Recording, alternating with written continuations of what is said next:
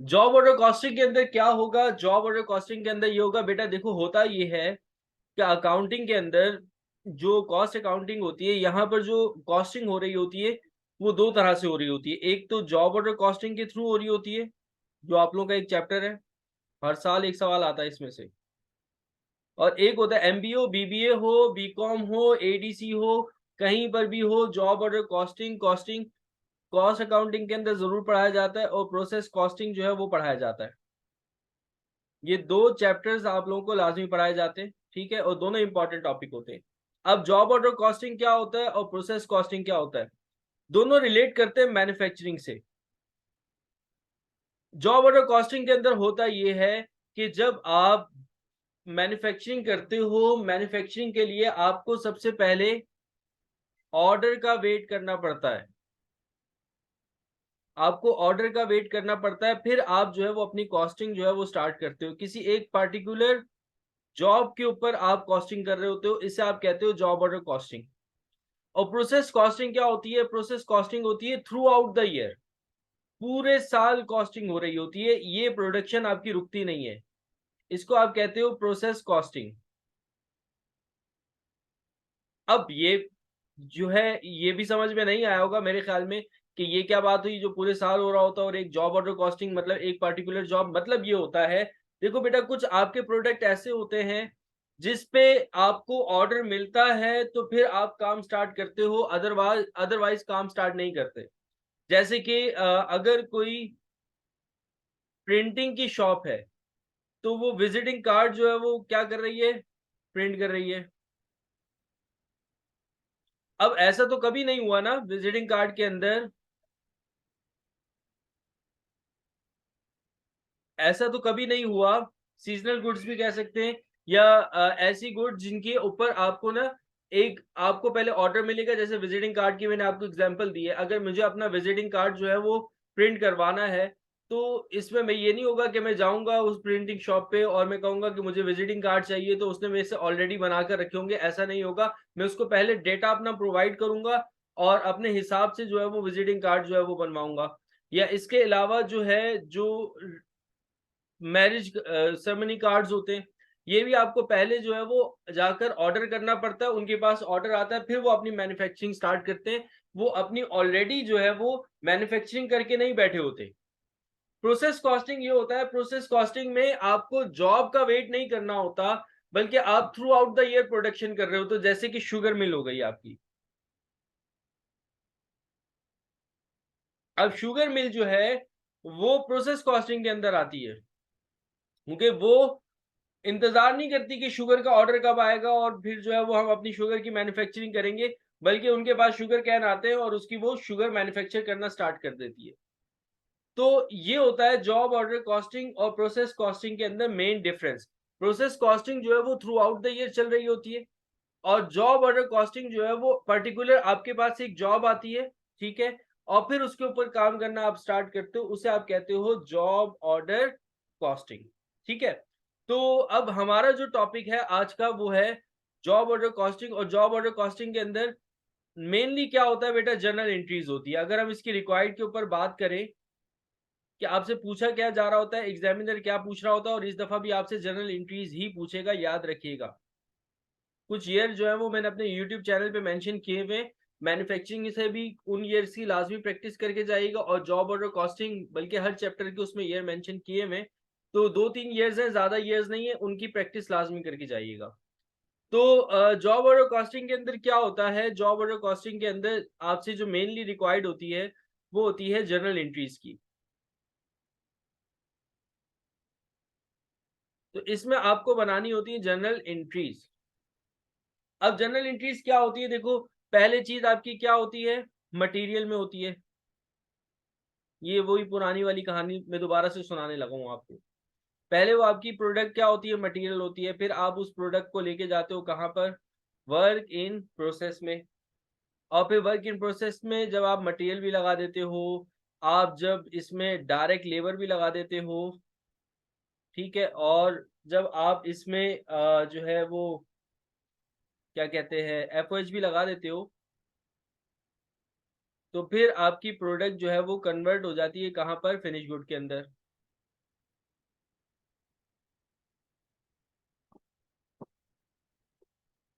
ठीक है। तो पहले ये 3 जॉब आप लगाते हो, मटेरियल लगाते हो, लेबर लगाते हो, फैक्ट्री ओवरहेड लगाते हो। वर्क इन प्रोसेस में जब ये आप कंप्लीटली लगा देते हो तो आपका प्रोडक्ट कन्वर्ट हो जाता है कहाँ पर? फिनिश गुड के अंदर। तो ये जो आप मटेरियल लगा रहे हो, ये जो आप लेबर लगा रहे हो, या ये जो आप ओवरहेड लगा रहे हो, या आपका प्रोडक्ट वर्क इन प्रोसेस से उठकर कहाँ पर आ रहा है? फिनिश गुड पे आ रहा है।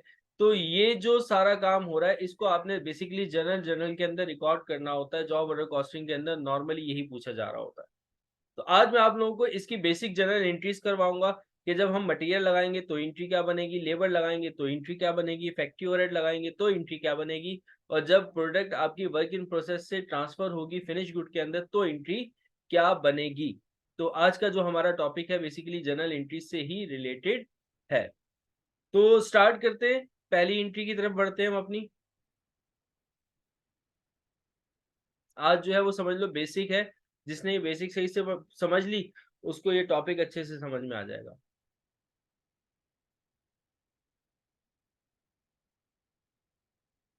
सबसे पहले एंट्री है जब आप मटेरियल लगाते हो प्रोसेस के अंदर। अब मटेरियल जो है वो दो तरह का होता है जो कि प्रोडक्ट के जो कि प्रोसेस में जा रहा होता है।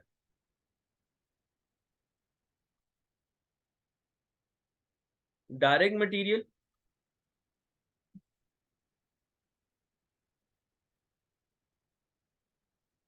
And indirect material. अच्छा, इससे पहले भी एक और एंट्री होती है, पहले वो बताते हैं फिर उसके बाद आगे की बताते हैं। सबसे पहले जो है वो आप मटेरियल को परचेज करते हो, परचेज ऑफ मटेरियल।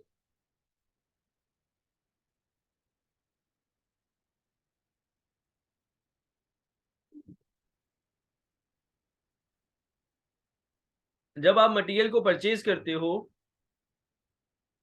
तो अब मटेरियल जब परचेज होता है, अब दो तरह से मटेरियल परचेज होता है। एक मटेरियल कैश पे भी परचेज होता है और उधार पे भी परचेज होता है। Purchase of material on cash और ऑन अकाउंट। ऑन अकाउंट बोले तो उधार। तो कैश पे भी परचेज हो रहा होता है मटेरियल और उधार पे भी परचेज हो रहा होता है। तो जब आप कैश पे परचेज कर रहे हो, उधार पे परचेज करो, एंट्री के अंदर आपने मटेरियल को क्या करना है? डेबिट करना है हमेशा। मटेरियल तो क्या हो जाएगा बेटा आप लोगों का? डेबिट। अगर कैश पे परचेज कर रहे हो तो कैश को आप क्रेडिट करोगे, और अगर आप उधार पर परचेज कर रहे हो तो फिर आप अकाउंट पेएबल को क्रेडिट कर दोगे। क्योंकि उधार पे परचेज कर रहे हो तो आपकी एक लायबिलिटी क्रिएट हो रही है, और लायबिलिटी बढ़ती है तो कहाँ जाती है? क्रेडिट साइड पे जाती है। और फिर आप इसको नरेट करोगे to record purchase of material. ये आपने एंट्री बना ली।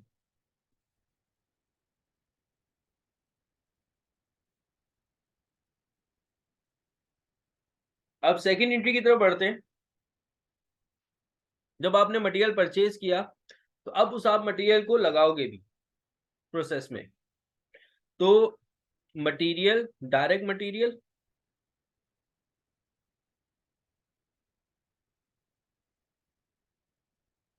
या इनडायरेक्ट मटेरियल।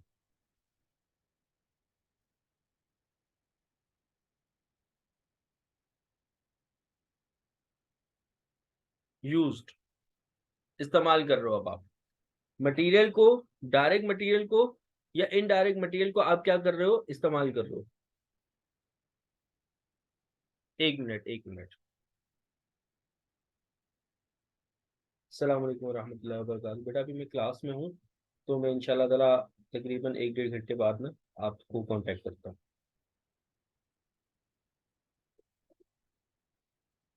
अच्छा, direct material, sorry, direct material और इनडायरेक्ट मटेरियल जब आप इस्तेमाल करते हो तो उसकी एंट्री क्या होती है? देखिए, डायरेक्ट मटेरियल में जब आप लगा रहे होते हो तो आपका वर्क इन प्रोसेस का इन्वेंट्री इंक्रीज हो रहा होता है, तो आप वर्क इन प्रोसेस को क्या कर देते हो? डेबिट।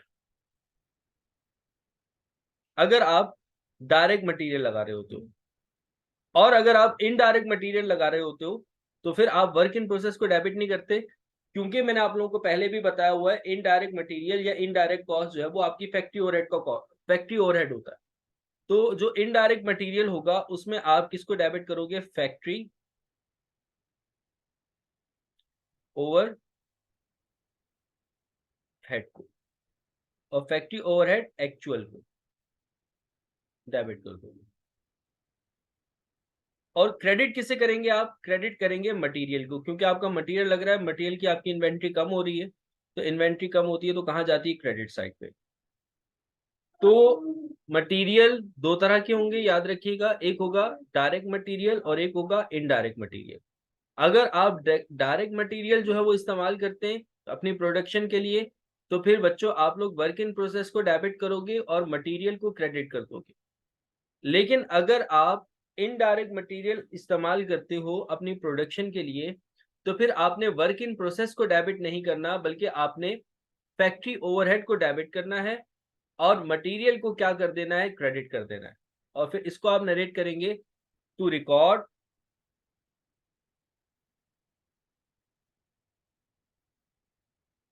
मटेरियल यूज्ड, या आपने इसकी नरेशन दे देनी है। ठीक है, बस एक डिफरेंस याद रखिएगा डायरेक्ट और इनडायरेक्ट में। अगर तो डायरेक्ट मटेरियल है तो वर्क इन प्रोसेस डेबिट होगा, अगर इनडायरेक्ट मटेरियल है तो फैक्ट्री ओवरहेड एक्चुअल डेबिट होगा। क्रेडिट क्या होगा? दोनों में मटेरियल ही क्रेडिट होगा। अब आपने यहां पर क्या किया? मटेरियल को भी लगा लिया, मटेरियल पहले परचेज किया, फिर आपने मटेरियल को इस्तेमाल कर लिया। अब उसके बाद जो है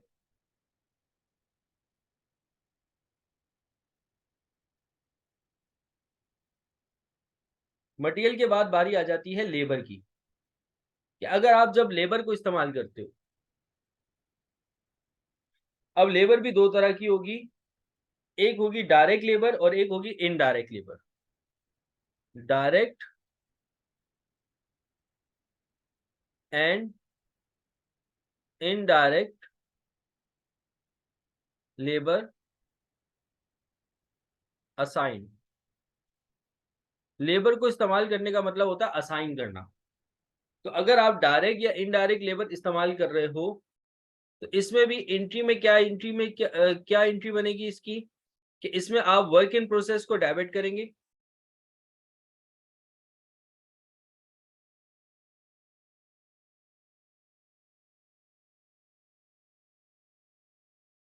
फैक्ट्री ओवरहेड को डेबिट करेंगे,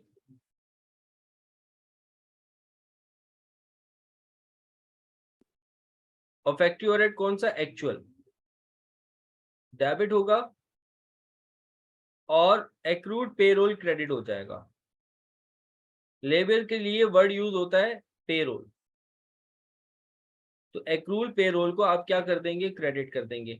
अब यहां पर भी बेटा वही कंसेप्ट इस्तेमाल हो रहा है, डायरेक्ट और इनडायरेक्ट लेबर। जो डायरेक्ट लेबर असाइन करेंगे आप प्रोडक्शन के लिए, उसमें आप वर्क इन प्रोसेस को डेबिट करेंगे और एक्रूड पेरोल को क्या कर दोगे? क्रेडिट कर दोगे।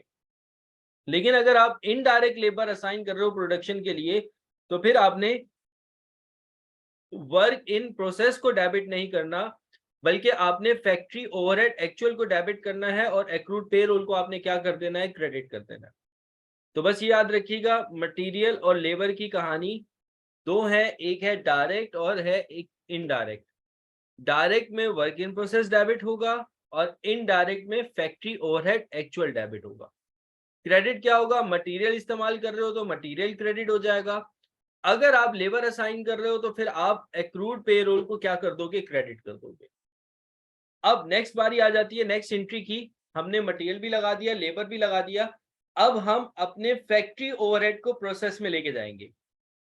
तो यहां पर एक एंट्री बनेगी, अच्छा इसकी नरेशन बनेगी to record labour assign to production.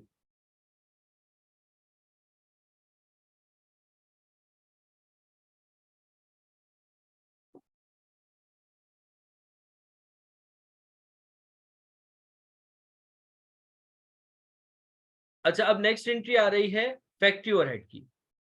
एक बात याद रखिएगा, इस चैप्टर के अंदर आपको, बल्कि पिछले चैप्टर में भी और इस चैप्टर में भी, पूरी कॉस्ट अकाउंटिंग के अंदर दो फैक्ट्री ओवरहेड नजर आएंगे। एक होगा फैक्ट्री ओवर हेड अप्लाइड, और एक होगा फैक्ट्री ओवर हेड एक्चुअल। तो दो तरह के फैक्ट्री ओवरहेड आप लोगों को नजर आ रहे होंगे। एक एक्चुअल तो आप लोगों के सामने अभी रिकॉर्ड होता आ रहा है, इनडायरेक्ट मटेरियल के लिए भी, इनडायरेक्ट लेबर के लिए भी। एक होगा फैक्ट्री ओवरहेड अप्लाइड। हमेशा याद रखिएगा, जो आपकी वर्क इन प्रोसेस की इन्वेंट्री में जाएगा वो जाएगा factory overhead applied. Factory overhead actual को आप अपनी वर्क इन प्रोसेस की इन्वेंट्री के अंदर नहीं लेके जाओ। उसका रीजन क्या है? उसका रीजन ये है कि फैक्ट्री ओवरहेड जो एक्चुअल है वो बार बार होगा। जब आपने मटेरियल इस्तेमाल किया तब भी हुआ, जब आपने लेबर असाइन की तब भी हुआ, आगे भी आपके इनडायरेक्ट एक्सपेंसेस बहुत सारे हैं। तो हर जगह क्या आप वर्क इन प्रोसेस को डेबिट करते रहोगे? नहीं। कंपनी क्या करती है, एक्चुअल को वो रिकॉर्ड करती रहती है, करती रहती है, जैसे कि अभी मैं आप लोगों के सामने रिकॉर्ड कर रहा हूँ। अप्लाइड को, वो अप्लाइड का मतलब होता है यहाँ पर एस्टिमेटेड। कंपनी एक ओवरहेड को एस्टिमेट कर लेती है पहले से ही जब आप उसकी प्रोडक्शन स्टार्ट होती है, और उस एस्टिमेटेड फैक्ट्री ओवरहेड को वो कहाँ लेके जाती है? वर्क इन प्रोसेस के अंदर, ताकि बार बार हम ओवरहेड को वर्क इन प्रोसेस में ना लेके जाएं। एक ही दफा वो एस्टिमेट कर कर उस ओवरहेड को कहाँ लेके जाती है? वर्क इन प्रोसेस में।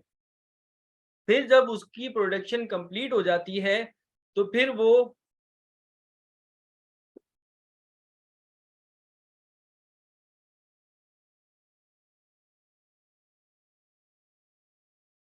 आप लोगों को आवाज आ रही है मेरी? सब स्टूडेंट्स को आवाज आ रही है? सही सही। तो बात हो रही थी कि जब उसकी प्रोडक्शन एंड हो जाती है तो फिर वो अपने एक्चुअल फैक्ट्री ओवरहेड को देखती है कि हमारा एक्चुअल फैक्ट्री ओवरहेड कितना हुआ और हम अप्लाइड कितना लेके गए थे वर्क इन प्रोसेस में, और फिर एंड में जा करके उस अप्लाइड और एक्चुअल को वो क्या कर लेती है? एडजस्ट कर लेती है। ठीक है बच्चों? तो इस तरीके से अब जो factory overhead work in process में जाएगा वो फैक्ट्री ओवरहेड अप्लाइड वाला जाएगा। तो अप्लाइड वाली एक ट्रांजैक्शन पेपर में अलग से आती है, वो आपको बताएंगे। जैसे कि यहाँ पे मैं लिख रहा हूं फैक्ट्री ओवर हेड अप्लाइड। इसकी एंट्री क्या होगी? इसकी एंट्री, इस अप्लाइड को आप कहां लेके जाओगे? वर्क इन प्रोसेस में। वर्क इन प्रोसेस डेबिट, और फैक्ट्री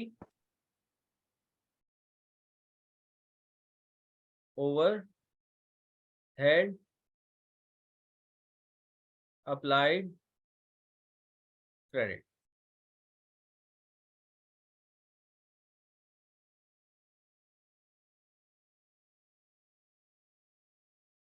देखो, एक बच्चे ने पूछा कि सर आप अभी भी फैक्ट्री ओवरहेड एक्चुअल यूज कर रहे हो। देखो बेटा, फैक्ट्री ओवरहेड एक्चुअल यूज कर रहा हूं मैं। फैक्ट्री ओवरहेड एक्चुअल को मैं वर्क इन प्रोसेस में नहीं लेके जा रहा। जैसे मैं मटेरियल को लेके गया तो वर्क इन प्रोसेस को डेबिट किया, जैसे कि मैं लेबर को लेके गया तो उसमें भी मैंने वर्क इन प्रोसेस को डेबिट किया। इनडायरेक्ट को मैंने अलग फैक्ट्री ओवरहेड एक्चुअल के अंदर रिकॉर्ड किया। फैक्ट्री ओवरहेड जब मैं लेके जाना था तो उसमें मैंने किसको डेबिट किया है? उसमें मैंने वर्क इन प्रोसेस को डेबिट किया है। जो वर्क इन प्रोसेस की बात हो रही है कि जो आपका फैक्ट्री ओवरहेड जो वर्क इन प्रोसेस में जाएगा वो अप्लाइड वाला जाएगा, एक्चुअल वाला कभी नहीं जाएगा। देखो, एक्चुअल वाले को तो मैंने अलग रिकॉर्ड किया, इसको मैं कहीं पे लेके गया हूँ? वर्क इन प्रोसेस में नहीं लेके गया। ऊपर भी मैंने फैक्ट्री ओवरहेड एक्चुअल रिकॉर्ड किया, उसको मैं वर्क इन प्रोसेस में नहीं लेके गया। ये जो अप्लाइड वाला फैक्ट्री ओवरहेड है इसको मैं कहाँ लेके जा रहा हूँ? वर्क इन प्रोसेस में। तो हमेशा याद रखिएगा, वर्क इन प्रोसेस के अंदर जो एफओएच जाता है वो अप्लाइड वाला जाता है, एक्चुअल वाला नहीं जाता। अब इसको आप नरेट करेंगे to record factory overhead applied.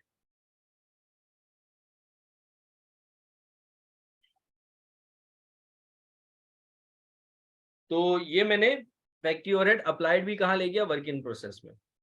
इसके अलावा कोई भी फैक्ट्री ओवरहेड आ रहा है, जैसे अगर वो आपको कहते हैं एग्जामिनर कि भाई फैक्ट्री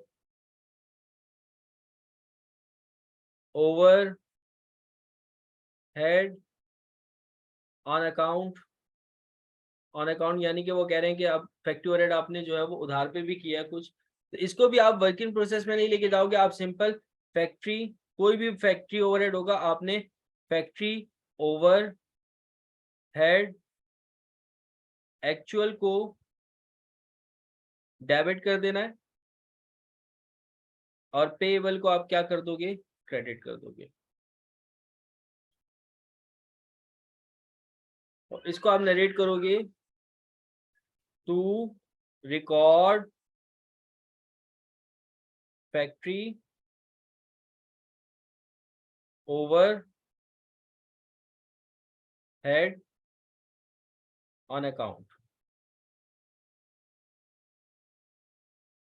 तो फैक्ट्री ओवरहेड बहुत सारे आएंगे, आपने उसमें फैक्ट्री ओवरहेड एक्चुअल को डेबिट कर देना, बस अप्लाइड वाला आप वर्क इन प्रोसेस में क्लोज करोगे। अब यहां तक करने के बाद, अब आपने जब मटेरियल भी लगा दिया, अब आपने जब लेबर भी लगा दिया, जब आपने फैक्ट्री ओवरहेड भी लगा दिया, तो अब आप बारी आएगी चीज की कंप्लीट होने की। जब आपकी चीज कंप्लीट हो जाएगी, जब आप फैक्ट्री ओवरहेड मटेरियल लेबर तीनों चीजें लगा दोगे, तो अब आपकी चीज क्या हो जाएगी, कंप्लीट हो जाएगी। कंप्लीट को कहते हो आप cost of good manufacture. Cost of good manufacture किसे कहते हैं, कॉस्ट ऑफ गुड मैन्युफैक्चर कहते हैं कि जो गुड्स आपने तैयार कर ली यानी कि कंप्लीट कर ली, तो अब उसकी बारी आ रही है कि अब आप उसको वर्क इन प्रोसेस की इन्वेंट्री से उठा करके ट्रांसफर करोगे फिनिश गुड के अंदर। तो फिर इसकी एंट्री बनाओगे फिनिश गुड डेबिट, क्योंकि अब आपकी इन्वेंट्री फिनिश गुड के अंदर आ रही है, तो आप फिनिश गुड को क्या कर देंगे, डेबिट, और वर्क इन प्रोसेस को क्रेडिट कर देंगे। ये एंट्री है to record cost of good manufacture, यानी कि ये जो आपने गुड्स तैयार कर ली उसकी एंट्री है। फिर जब आप गुड्स को तैयार कर लोगे यानी कि कंप्लीट कर लोगे, तो फिर आगे उसको क्या करोगे, बेचोगे। अब जब बेचते हो आप किसी भी अपनी गुड्स को, तो सेल की हमेशा याद रखना दो एंट्रीज बनेगी, एक सेल की कॉस्ट की एंट्री बनेगी और एक सेल की एंट्री बनेगी। क्योंकि जैसे सपोज करो आपने कॉस्ट ऑफ गुड मैन्युफैक्चर, आपने प्रोडक्ट जो है वो तैयार किया 1,00,000 रुपए का, लेकिन जरूरी नहीं है कि वो 1,00,000 का 1,00,000 जो आपका प्रोडक्ट तैयार हुआ है वो पूरा का पूरा जो है वो सेल हो जाए, ऐसा पॉसिबल नहीं है।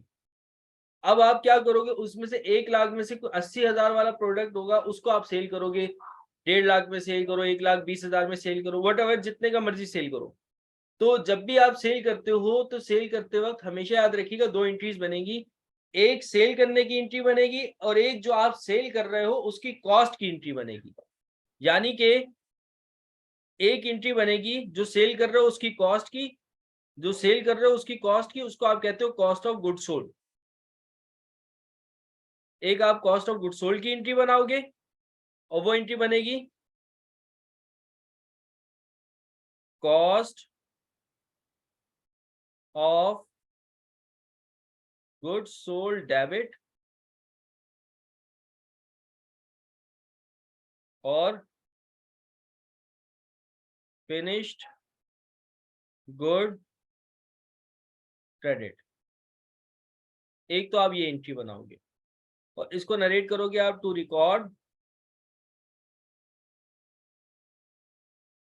Cost of good sold. ठीक है, एक आपने ये एंट्री बना ली और दूसरा आप सेल की एंट्री बनाएंगे यानी कि sale of good, sale of goods. जब आप गुड्स को सेल करोगे उसकी एंट्री क्या बनेगी? उसकी एंट्री बनेगी अकाउंट रिसीवेबल डेबिट, जो नॉर्मल बनती है, और सेल्स क्या हो जाएगी? क्रेडिट। और नॉर्मली जब आप सेल कर रहे होते हो तो वो उधार पर आप सेल कर रहे होते हो।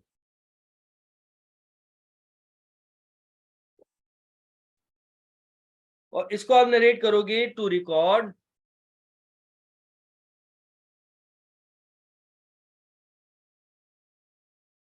Cell on